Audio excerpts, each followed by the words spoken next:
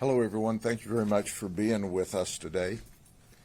As you can see, we have a team of folks here from the federal government, the state government, and certainly the county and city government. So I'm going to introduce to you those that are going to speak and the other members that were part of this extensive investigation. Mark Brutnell from FDLE will speak. We were also joined by Central Florida HIDA, who's not here today. Statewide Prosecutions is represented, certainly our Attorney General. We're so excited that he's with us today, General James Uthmeyer, and he will speak first. ATF, Bureau of ATF, federal government was here, but they're not here, was with us, but they're not at the operation today. The Auburndale Police Department, Chief Terry Story's with us. He's not going to speak. State Attorney's Office, my State Attorney, Brian Haas, who simply is the very best, is here, and he's going to speak. Medical Examiner's Office was involved in this investigation. DEA was involved in this investigation. They're not here today. The Winter Park Police Department, we are honored that Chief Tim Volkerson is with us today. Pasco Sheriff's Office is not here, but they worked with us. U.S. Marshals, Deputy Commander Diamond is here. He's not going to speak, but once again, we can't do this without our federal partners as well as our state partners. Florida Highway Patrol, Sergeant Steve Gaskins, Sergeant Malloy, and Trooper Jeremy Fields are here today. They had a really important part in this operation, and certainly the Florida Department of Corrections, their intelligence team. So after introducing all of them, you can see that no one person, no one organization can do an investigation of this size. It's just impossible. But when we all work together, good things happen. This investigation began in April of 2025, and it culminated with 2 court-ordered wire intercepts at the end of the year. This is an organized gang, and this is gang members. And they're not all from the same gang. There are actually members from different gangs, but it's an organized criminal enterprise. That's why you'll see that we're charged RICO in a lot of these. We focused on trafficking in fentanyl and trafficking in methamphetamine. As a result of this investigation and thousands of hours, investigative hours, we made 51 arrests. We charged 10 with racketeering. There were 78 pounds of meth seized, 14.55 pounds of fentanyl, enough, as you can see, to kill 3,300,000 people. 13 firearms were seized, $20,000 in cash. We did a drug roundup that began on January the 30th, and part of these 51 arrests occurred with 32 warrants being attempted, and we served all but 5. There are 5 folks that are still wanted. You see them on the board here. Those 5 suspects, even though they're at large, they won't stay at large. We will find them. But it's important, and I highlight in the reason for this entire operation, fentanyl traffickers are killing people across this county, this state, and this nation just as sure as someone putting a gun to our victim's head and shooting them in the head. So that's why we're here.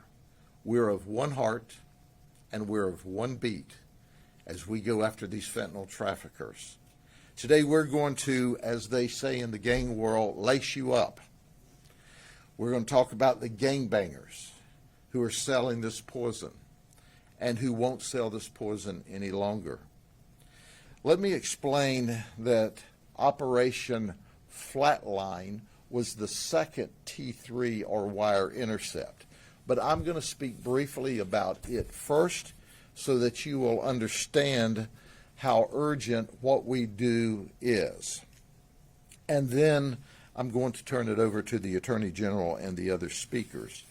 But it's important to understand that these are our victims. Terry Morris, who's 50 years of age, is dead. He got his drugs from a guy who goes by the name of Knowledge. Angela Valente, who's 42, is in a nursing home, unconscious, since she overdosed in mid-December, and there's no indication that she's ever going to recover. Dante Trentnioff is 21.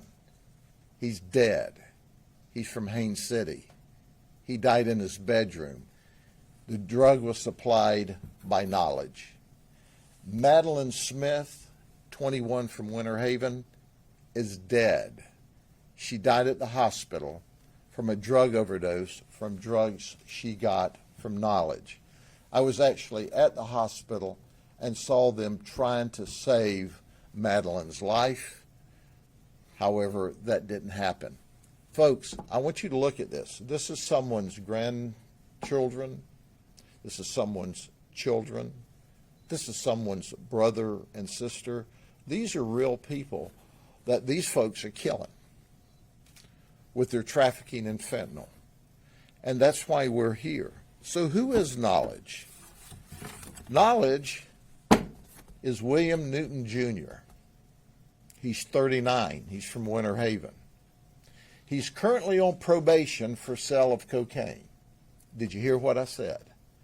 He's already on probation for sale of cocaine while he's out dealing in fentanyl. We also have him under investigation, as you may understand, for murder. He has new charges of sale of fentanyl that we filed, trafficking in cocaine, trafficking in fentanyl, violation of probation. But I want to talk to you a minute about the quickest T3 or wire intercept the Sheriff's Office has ever done. It may be one of the quickest ones ever done across the state or the United States. And I want to brag on Brian Haas and his team. So we're in the middle of what we call Operation Bloodline, doing this investigation, and all of a sudden, mid-November, 1st of December, people are falling over dead. These folks, they are in serious shape. Others that we've not even listed here went to the hospital and recovered. But all of a sudden, we have this real upsurge of fentanyl overdoses. We do something that I hope is not unique. Not only do we send our homicide team out to do the death investigations, but we send a narcotics team out to work with them. So we immediately, through our homicide detectives and our narcotics detectives, determine that William Newton is supplying the fentanyl. So we try to go undercover and arrest him. He's too smart for that. You see, he's been to Florida State Prison for trafficking in cocaine on a minimum mandatory before. He has 8 previous felony charges. 8 previous arrests, 7 felonies and 1 misdemeanor. So we had to do something proactively and quickly to figure out how to stop him from dealing this fentanyl, because he was killing people. We were watching them die before our very eyes. And that's when Nicole Orr, who's one of the directors for State Attorney Haas, received permission and immediately did a T3 order. We literally went up on this order on a Thursday. It was written just as quickly as we could get the data together. By Sunday, we went down on this order and we caught him. That quick. Brian Haas and his state attorneys, our detectives, saved untold lives because we did a proactive T3 in order to stop this guy from spreading all of this horribleness throughout this county. Make no mistake about it. Lives have been saved because of the hard work of our undercover detectives, who are the very best. Now, It's important to understand that that is only part of the investigation. The other part of the investigation, I will end with my flashcards. Y'all would be very upset if I didn't have flashcards, okay? After we hear from our speakers. First, I want to introduce James Uthmeyer. He is the Attorney General for the state of Florida. He simply is the very best. He works every day with his team in order to save lives, prosecute bad guys, and make Florida, the free state of Florida, the best place to live. We turn to him and to our state attorney, Brian Haas, who I will introduce second. Immediately, and what we receive is yes, yes, and yes, let's prosecute them, let's hold them accountable. As you'll hear later on, if these people aren't locked up, they're selling drugs and killing people. This Attorney General and his team make sure that we lock them up for just as long as we can. So it's an honor, General, that you join us today. So let me turn the podium over to you. Glad to be here. Thank you, Sheriff. It's great to be back in Polk County. I was recently in the Atlanta airport on a flight connecting back to Tallahassee, and a woman came up, asked me where I was from, didn't know who I was. I told her Florida, and she said, it's really remarkable what's going on in Florida. The leaders down there, they stand by law enforcement, and what you guys are doing to drive down crime rates is incredible. And I said, yeah, I hear they've got a good attorney general, just kind of trying to see what her response would be. She's like, yeah, I don't know anything about that guy, but this sheriff you guys have down there, Grady Judd, fantastic. She says, I don't know why anybody would be dumb enough, to commit crimes in Polk County. I said, well, if they had any wits about them, I don't think they'd be committing crimes at all. But here in Polk County, we send a message to the whole country. When you support law enforcement and your investigators, when you have their backs, when you give them the tools to be successful and do their jobs, we have results like today. I mean, this is one of the biggest gang takedowns over the last year. And you can see from what was seized here, this isn't child's play. This is not small stuff. You've got enough meth and fentanyl to kill millions of people. You've got over a dozen firearms, thousands of dollars of cash. These guys were not doing just street-level drug dealing. This was advanced trafficking, conspiracy, RICO. We're going to go after these guys with everything we've got. We're going to throw the book at them because these guys on these charts, these are career criminals. The sheriff said it right. If they're back on the streets, they're doing drugs, and people are losing their lives. So God bless these investigators and law enforcement that took these guys down. They put their lives on the line every single day to keep our streets safe and to get all this stuff out of our communities. So we're going to keep sending a message. In our office, I think the state attorney's got similar results. We've had record arrests, convictions, and sentences over the last year, and that correlates perfectly with a decreasing crime rate. It's not complicated.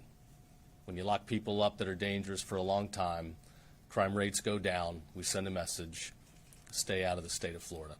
So it's good to be here today. You got a wonderful state attorney. I think we've got over 51 arrests here. We'll be working with him to split these things up and prosecute to the fullest. So thank you. Thank you, General. Our state attorney, Brian Haas, is remarkable.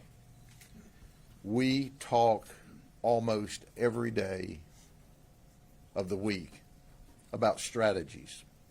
Who are we going to put in jail? How long can we keep them in jail? Can you help on the T3? And his answer is always yes, yes, yes. I hear some sheriffs from around the state, around the country saying, hey, it's a frustrating thing to work with our state attorney's office or our prosecutor's office. That doesn't happen here. It's nice to have a state attorney's office and Brian Haas as our state attorney and his team that instead of looking for ways not to prosecute cases, look for ways to prosecute cases. And that's unique. So if you want to see a real prosecutor, you look at General Uthmeyer and you look at Brian Haas, our state attorney, the state attorney, because they understand that we are concerned about the safety and security of the overall majority of the people in this state, and we're not worried about the criminals except when they're not locked up. And these guys do the very best. Mr. Haas? Thank you, Sheriff. I think it's important to start with acknowledgement and thanks to all law enforcement who was involved with this. These are not easy operations. They're high risk, very stressful, and what an amazing job everyone involved with this has done. It starts at the top with Sheriff Judd and the leadership that he gives, and everyone, bringing everyone together. And you read these reports, and you can just picture how terrifying some of these moments can be, because these are bad people that we're pursuing. This is not just some kind of academic exercise. This is for real. And I think about the number, the quantity of drugs that were found here and the circumstances that led to it. We all know people who have been addicted or having a difficult time with substance abuse, and guys like Newton, they prey on those people. They know exactly what they're doing. They take advantage of the fact that people are having a hard time, and they exploit it for their own personal financial gain. And you just look at what a pathetic situation we had here with this guy, kids in his car, and just that he would put anyone in that type of situation is just so troubling. So if you read through the reports, he was at this motel, that hotel, this place, that place. And I think our goal here is to give him a permanent address. That's going to be at the Florida State Prison. We have great laws in Florida. We have great judges here in the 10th Circuit. But if one of them decides that they're going to go light on this particular individual, we have mandatory minimums that are going to say otherwise. And it will ensure that this fellow is going to end up in prison for a long time. So I'll conclude with this. We've been here before. We're here today. We'll be here again. And right now, somewhere in Polk County or across the state of Florida, there's another Newton who's out there deciding to sell drugs, whatever it might be. My advice is find something else to do, because before you know it, you're going to be on one of these boards and you'll be headed to prison as well. Thank you. The Florida Department of Law Enforcement and the Sheriff's Office here work hand in glove on operations almost nonstop. I brag on them. They work closely with all law enforcement agencies, but I think we occupy a lot of their time.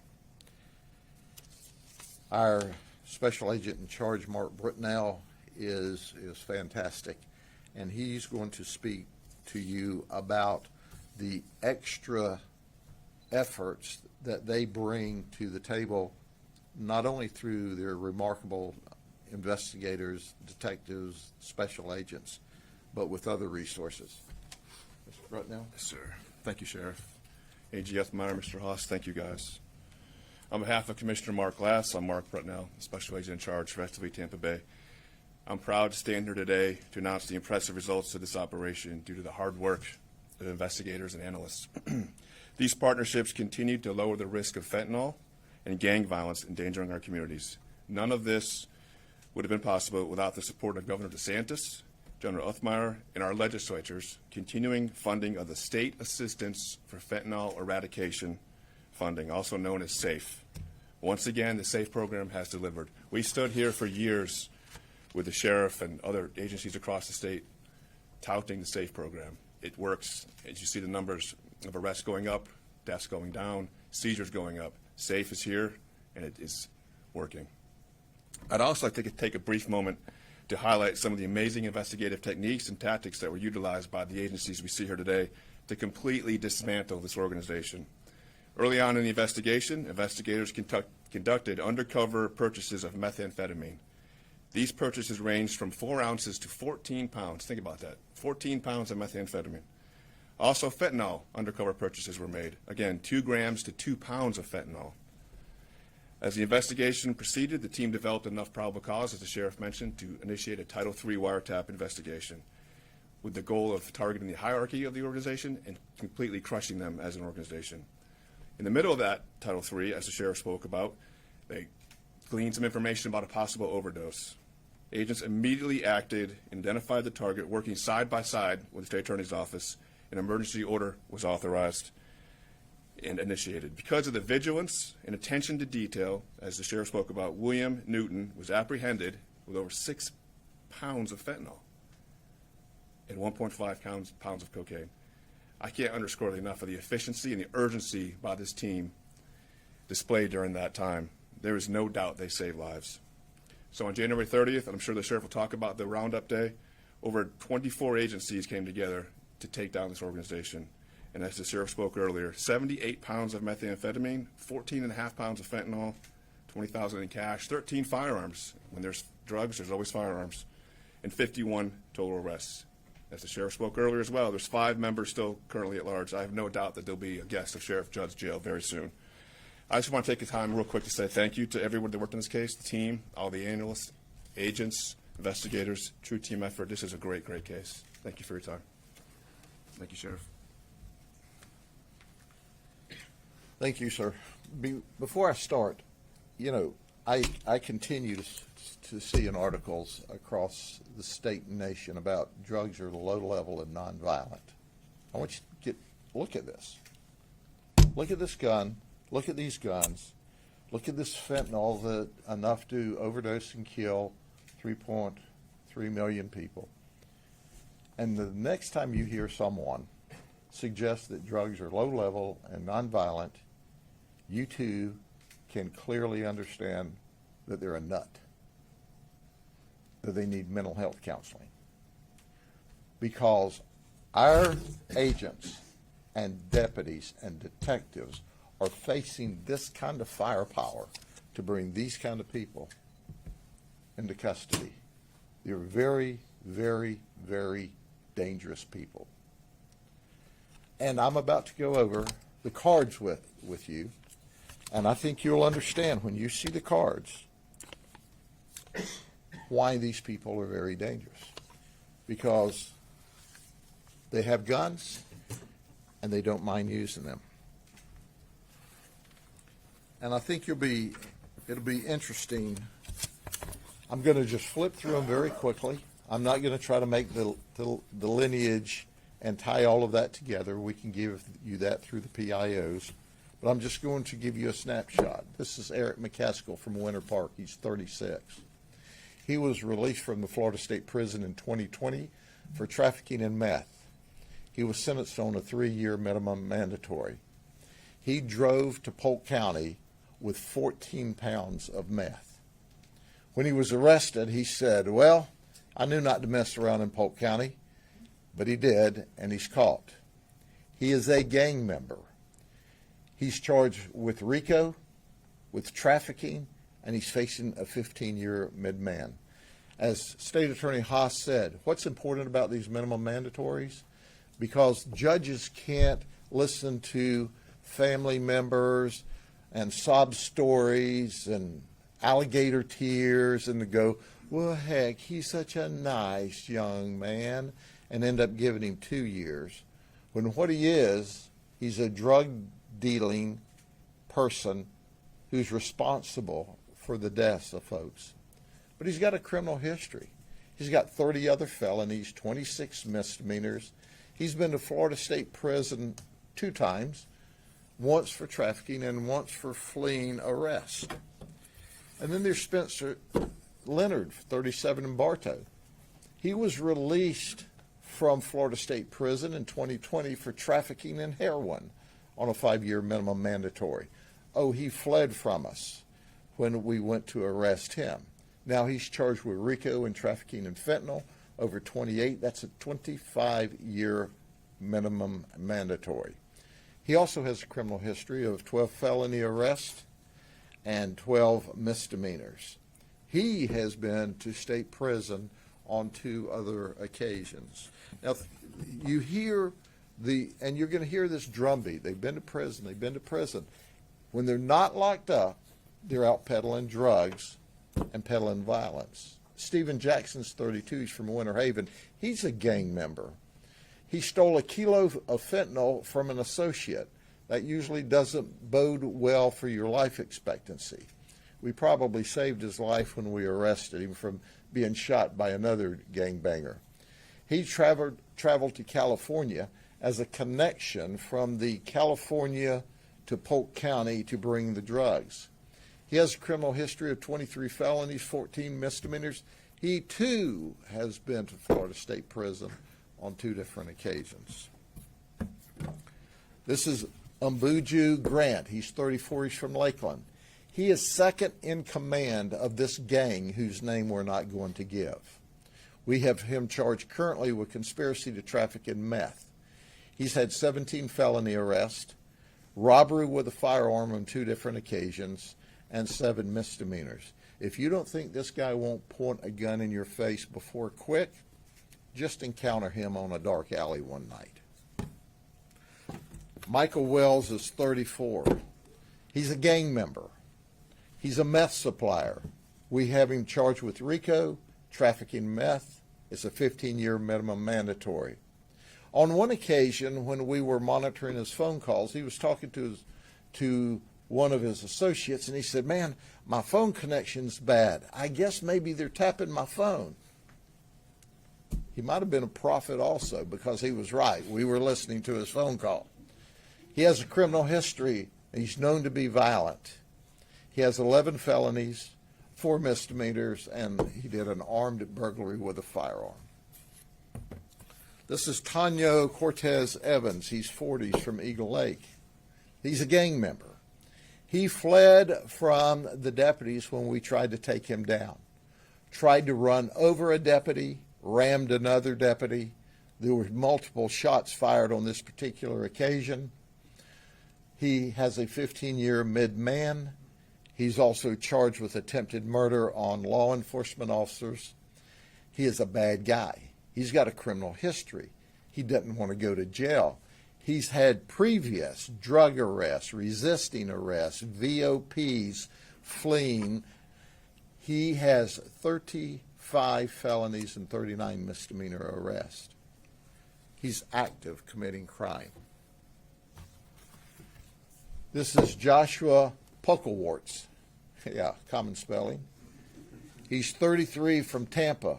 He is a rapper. He's known as Tommy Boy Wayne. Well, if my last name was Pucklewarts, I'd probably go by Tommy Boy Wayne too. But he's really a popular rapper in Central Florida. He's also a meth supplier. He fled from the highway patrol. That didn't get him very far because they caught him. They crashed him into a bridge, or he crashed into a bridge. He had 11.8 pounds of meth. He's facing a 15-year mid-man, so he can rep his way all the way to state prison. This is Jamarian Young. He's 36. He's known as Shiesty. He's the highest-ranking member of the gang in Florida. They call him the landlord. He's charged with RICO, trafficking in fentanyl, trafficking in meth. They're 25-year mid-mans. But he did tell the detectives when we arrested him, "Hey, you all did a really good job of catching me." He's already served 15 years in the Florida State Prison sentence for armed robbery with a firearm. And he's on his way back. There's Jarrell Carr. Jarrell Carr's 35. He's from Mulberry. And Bruce Young. Bruce is 37 from Lakeland. Pay attention to this. He's released from the Florida State Prison on November the 29th of last year. Got that? On the very same day, he started negotiating dope deals. The day he's out. We have him for conspiracy to traffic, racketeering, 15-year mid-man. Newsflash, he's a gang member. He has a criminal history with 11 felonies, kidnapping for ransom, traffic, 21 misdemeanors. And then there's Jarrell Carr. He's known as Solid. He's a gang member. He was released from Florida State Prison in June. He was serving 7 years for a trafficking in meth. I forgot to say he was serving 7 years for trafficking in meth. He fled from the Highway Patrol, didn't do any good. They caught him because the Highway Patrol catches people they pursue. He was charged with racketeering, trafficking in fentanyl, trafficking in meth. He's got a 25-year mid-man. Look, folks, I want to end with this. These folks just got out of serving 7 years in prison for trafficking in drugs, and they're back trafficking in drugs. This is your poster child or poster children. If you don't lock these people up, they are going to commit crimes. They're prolific criminals. That is their career. That is their business. They're gang members. And they work together. They say, one heart, one beat. But what you see here today is one heart, one beat to arrest all of them that are doing their best to kill folks like these people here. So with that, you have all the information that we have. God bless you. Have a good weekend.